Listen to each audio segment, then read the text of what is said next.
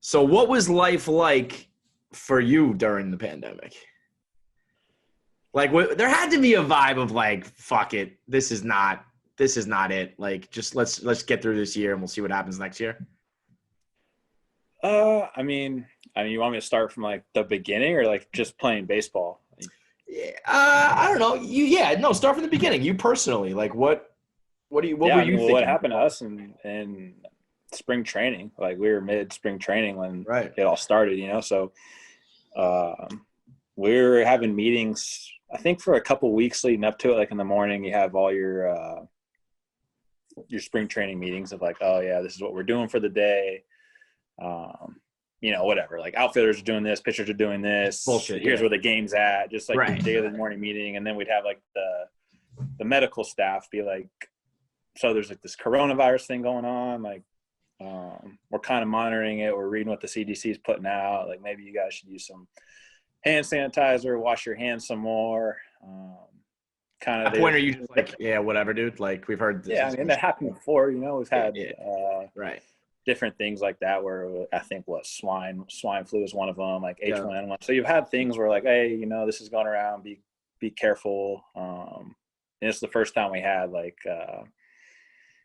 maybe just hold off on autographs for a little while. Like then you're like, all right, it's kind of getting weird. So like it went a step further than it always had. Yeah, and it kept getting weird, and then we'd still have the thing in the meeting, like, yeah, it's getting bad, but still kind of business as usual. We'll keep you posted. And we were playing a night game in spring training, so I wasn't playing. I was back home at my place in Arizona that night. Our team was playing, and I think that's when Gobert got sick. Like he tested positive, and then it was like NBA shutting down. And so I was talking to some of the guys, like they pulled the trigger quick, man. The NBA I was around. like, damn, like the NBA shutting down, like it's not like a little thing, Right. So we came in the next morning, and they were like, hey, we're gonna give you like the weekend off, and then we're gonna reevaluate on Monday. Like, all right, like this is like towards the end of spring training, like we get no days off. Like there's always something to do. Usually like it's ramping up to the season. Everybody's getting serious. Cuts are made in camp. Like it's starting to become like the guys that you're going into the season with. At this point of your career, how serious is spring training for you though? I mean, it's serious. You have different – sorry, I keep messing with this phone. It keeps falling down. But, no, it's serious. It's just a different it's serious in different reasons. Like at the beginning, you're trying to make a team, and you understand that, like, you got to play well to make the team. Now it's like you understand what you need to get ready for a season. Right. Like what you want to feel, the different feels in spring training. You know what you need basically to get going for opening day. Like your spring training now is just geared to like, what do I need to do so I am like ramping up 100% ready to go once the first pitch of opening day is thrown. Like that's your goal now. So that I got to make this team. Which your mindset should still be that, but you understand like, all right, your mindset's different. You could say than the guy that's wearing number 97 for the first time in camp. Like I was there at one point too, but now it's just kind of shifted. Right. That to me, like, I guess that's the most interesting thing I feel about.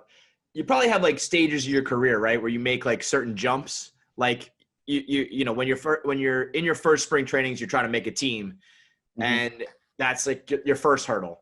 And then like you're on the Marlins, you make you get your first contract. You're like all-star reserve. It's kind of another hurdle. Then you make that final hurdle in a way where like you've signed your big contract, your money's right.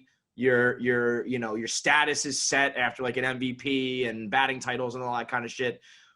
But for you, I feel like it was an interesting, like, it was like a slow and then quick. You know what I mean? Like, I feel like you grinded for a while, then you were recognized as a good player, and then real quickly you were recognized as like a great player. And that's got to be a weird feeling for like from like a mentality point of view of what you're saying of like, what do you treat spring training like? And what do you treat your first games like? When just a couple of years ago, it was probably very different than it is right now, no? Yeah, I mean, yeah, it did happen pretty quick for me. I mean, mine was – It was the steroids, right? Yeah. I mean, you've been hammering that one for 6-7 years. I'll never stop. Never gonna stop. Well, it was you, and then it was Big Cat PFT before the home run derby that I never got to do, but that's a whole different story. But no, what there's we're a whole, saying. But yeah, different reason for that. Yeah, they had a whole different rooting interest in that one, but that's for another day. But you know what I mean? Like, so you had signs. If you're talking about money, you went from like 40 something over 5, 6, 7 years to, a $200 million deal. If you're talking about statistics, you went from like a nice player to like 30-30 batting titles, MVP. I mean, it was a very drastic change. But how are you supposed to change like as a person like that? Like you went from a relatively normal guy to a fucking superstar in a matter of probably like 24 months, something like that. I mean, it went from like, it happened in 2 months, really. Really? Would you break it down that much? It was from, the 2018 All-Star break, which is July, Right. And then mid-July, not even the beginning. You just went off after that All-Star. So mid-July through September, like my life in July 1st and October 1st were pretty. So how do you deal with that? Like, and again, you've had at that point several years worth, not like you're this like grizzled veteran who like popped at the very end of your career, but you had several years being like this level player. And then in a matter of 2 months. Yeah, I was 26. I made my debut at 21. I made my debut at 21, which is pretty young. Like you're a junior in college usually at that point, and I was in the major leagues. So let's say you're 25, pushing 26. Did you have something inside you that was like, I know I'm better than this. I know that I've got like greatness. I know that if I work this much harder, or if I blah blah blah, that I'm gonna pop? Or were you kind of like, I don't know, I'm a nice player. I've heard you be very humble about it before, where you're like, I'm not even that good. I mean, I don't think you can say that anymore, bro. I interviewed you early on, and you were like, I don't even really know how to throw or hit. I was like, shut the fuck up, man. And now I think it's pretty undeniable. Yeah. I was probably 23-ish. Okay, so maybe younger when I first talked to you, right? I mean, it was pretty early. You were early. It was like still on the Marlins. You're hitting on my mom. What's up, Miss Clancy? Let me know if you're ever in Milwaukee. You always got a ticket. You're talking shit to me on Twitter. Chick's got the sign with the butt emoji, the whole nine. And you were like, first off, you were talking shit to me on Twitter way before I was talking shit to you. So let's clear that. That's what I do for a living, okay? I got it. I mean, that's a pretty common theme. I think Twitter is basically invented for talking shit to athletes. Yeah, so, I'm a Mets fan. You're in my division. Like, this is how I put food on my table, all right? Right. So, but yeah, at that point in your career, you literally had said to me, like, I don't even really know why I'm like in the league. I can't throw. I'm not that. Yeah, I mean, I wasn't serious about that. Like, of course not. But I had a quiet confidence. That level of like humble. That level of just like, I'm in the league, but like you're still kind of downplaying it. Now there's no more of that, dude. You can't ever, like, that's not a joke anymore. That's not even a thing to say anymore. Did you ever have that feeling like it was coming? I mean, I feel like I always knew I could do it. I would do it in stretches. Like I could do it for a week or 2 weeks. And like, I knew it was in me. Like I knew I was capable of being a much better player than I was. And I was a pretty good player. Like to be an everyday player in the major leagues and to have success like that shit is hard. Absolutely. Like, if you never pop, I'm not saying that you're not saying that. I'm just like giving context. So like if you can play every day in the major leagues and you can hit 280 with around 20 homers and driving 80 runs, like that's pretty good. Like there's not a lot of guys that can do that, You're in the top 0.0001% of people who have like ever fucking lived, no doubt. Yeah. But you've had that feeling of like, if I put it all together, I can be something truly special. Yeah, and I think I was still learning. Like I told you, I got in the league when I was 21. If I went to college, I would have been playing college baseball still as a junior year. I wouldn't have even been drafted yet. So I was fortunate in a sense to where I got in the league pretty early and kind of got to learn on the job just to kind of where I was. Like being in the Marlins system and being in that organization is a blessing because you get to play in the major leagues at a really young age and learn on the job. Where if you're in the organization where the team's trying to win a World Series that year or something like that, then you don't necessarily get the same experience or the same leash. Like you don't get to fail as much, or you're put in different situations and you need to produce now because the team needs to win now, and the GM needs to win now, and the coach needs to win now. Like you don't have as much of a leeway like that. And I got to learn and fail and go through ups and downs in the big leagues and learn about myself. So in that regard, like, I feel like sometimes you think of in any sport, like I'm going through with the Jets right now with Trevor Lawrence and shit like that, where people are like, oh, you don't want to be on that team. You don't want to be in that organization. And the Marlins is kind of one of them because they had a lot of unrest and a lot of money issues and all that shit. But from your point of view, like you were able to just slide in and like learn on the job probably more so than any other organization. Yeah. I think it depends on where you're at in your career as a player. Like if you're a veteran guy that has 1 or 2 years left in the league, like you don't want to be on the Jets. Like you don't want to be.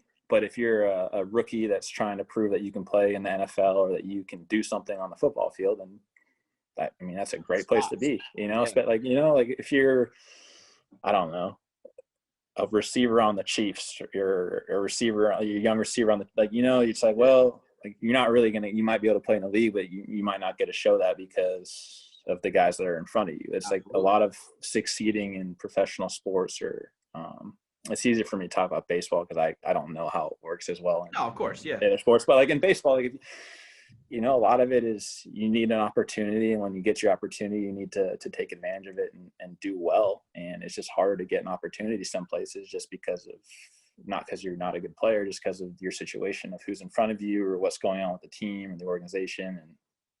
And for me, like being on the Marlins was a blessing in disguise at the time. We lost a lot of games. But you personally, you got to play in the big league. You get away from that. It's a mental illness. Being a sports fan is absolutely a mental illness. It's crazy when you have grown men screaming and fucking yelling. I mean, it's not normal. It's a complete. But that's why it's fun, though. Yeah, and that's like I've been thinking about that too. Is like, I really do think when people are like allowed to come to games again, like and go to sporting events, like it's gonna be absolute like insanity. People like aren't gonna know what to do with themselves. They're gonna be so happy. Like players are gonna be happy.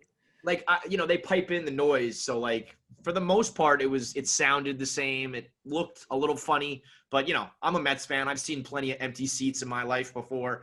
For the most part, it's like whatever. When you're out there on the field and it's just like dead silent except for like the pop of the ball. It's not the same. It's got to be so weird, right? Yeah, it's just weird. It's not really end game. It's like before the game, like when you're going to warm up or you like come out of the clubhouse and like you go into the dugout for the first time. Like usually there's like 40,000 people in the stands. Like there's the energy in the stadium before like a game starts, and it's just like nothing, white noise, and like the other team's getting loose. It feels like it just doesn't feel like sports, I guess you could say. Yeah.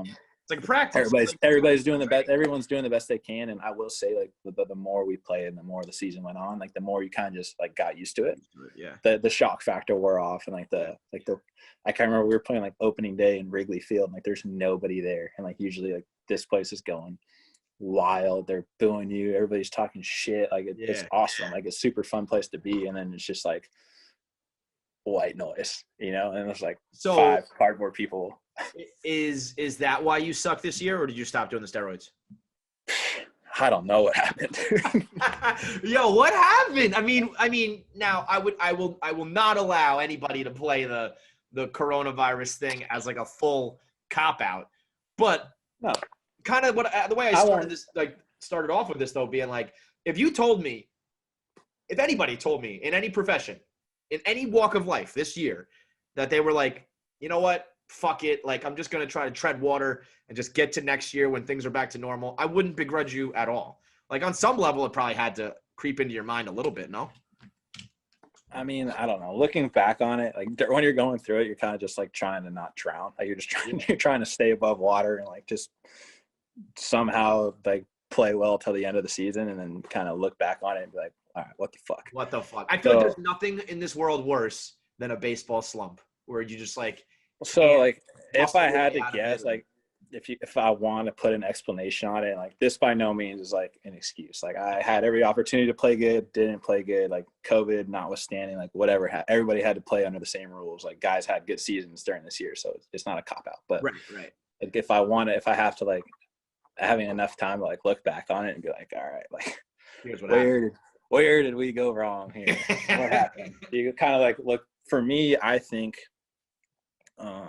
just having to like self-analyze it, and like I really do think I'm going to do better next year, is just spring training for me was so weird. Like my off season going into it was so weird. Of like I broke my kneecap, so I didn't have a regular off season. I was rehabbing the entire time instead of like lifting, doing my normal off season routine. Like when you get ready for spring training, all that's kind of pushed back.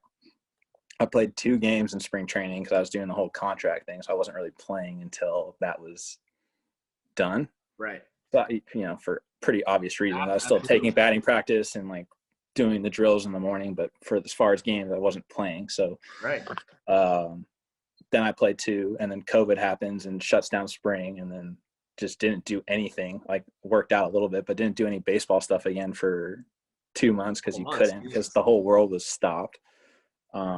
That's what I mean. And then came back and had the 3 weeks of summer camp, and like usually that'd be enough to get behind. I came back and like was just everything felt like shit in summer camp. Like swing, everything was like, this is not good. Yeah. I didn't know. Like I didn't know it was gonna go like that. Not good. Like, in summer camp, like I played so bad in summer camp. Like I was awful in like the 3 week summer camp we had. Yeah. And the inter squad games, I was like, oh shit, like this, like maybe it's gonna be fine, but like this isn't a good way to start it, That's so like gotta be a scary feeling. Well, and usually you'd have 6 weeks to figure it out, so it was like 3, and then so it was like, all right, like the first week it's like we're getting back into it. It's been like a little weird, but I'm sure it'll be fine. Like we'll keep working at it, and it just like couldn't ever find it, and it was just like that slump feeling. And then just snowballed, and then it's a short season, so you don't have the time to work through it. Then you're like opening days here. You're like, all right, and then opening day came. You're like, all right, well, like we're playing a different team now. Like it's the season. Like the lights are on. Like maybe that's going to be your saving grace. But it's a weird feeling going into a season. And you're just like shit. Like I think it's going to be fine. Like you're always confident. Like for me, I would never thought like I was going to play badly. You're always like, all right, like it'll just work. It'll like figure it out. Like, like it's gonna come back. And I started like 1 for 30 or something. I was like, we got 60 games. Now we got like 50 games. Like usually you have, usually you have like 100 more to go after the season. And you're like, it kind of baseball goes kind of like this. Absolutely. At the end of the season, like, if you have like a prolonged stretch where you're not doing well, like your numbers might be a little bit down that year. But for the most part, they're kind of going to be in line with your career when you've played for that many seasons. Like maybe if it's like your second season, like maybe like you just got figured out, and like that's what happened. But I don't know. I mean, man. Like if you in a regular season with 100 more games, you probably would have ended up raising your average like 75 more points and hitting like fucking 20 more home runs, and it would have been a little down, but you would have been like, all right, I got there. But that's why you're like, all right, this is doable. I mean, you still have 450 at bats to go in a regular season. Right. Like that's a lot of. That's a lot, And so, you just kind of chalk it up to like, all right, like, hey, shit didn't go my way this year. It wasn't for lack of effort and not trying, but hey, like, it's pro sports, man. Sometimes you're not going to have a unbelievable season.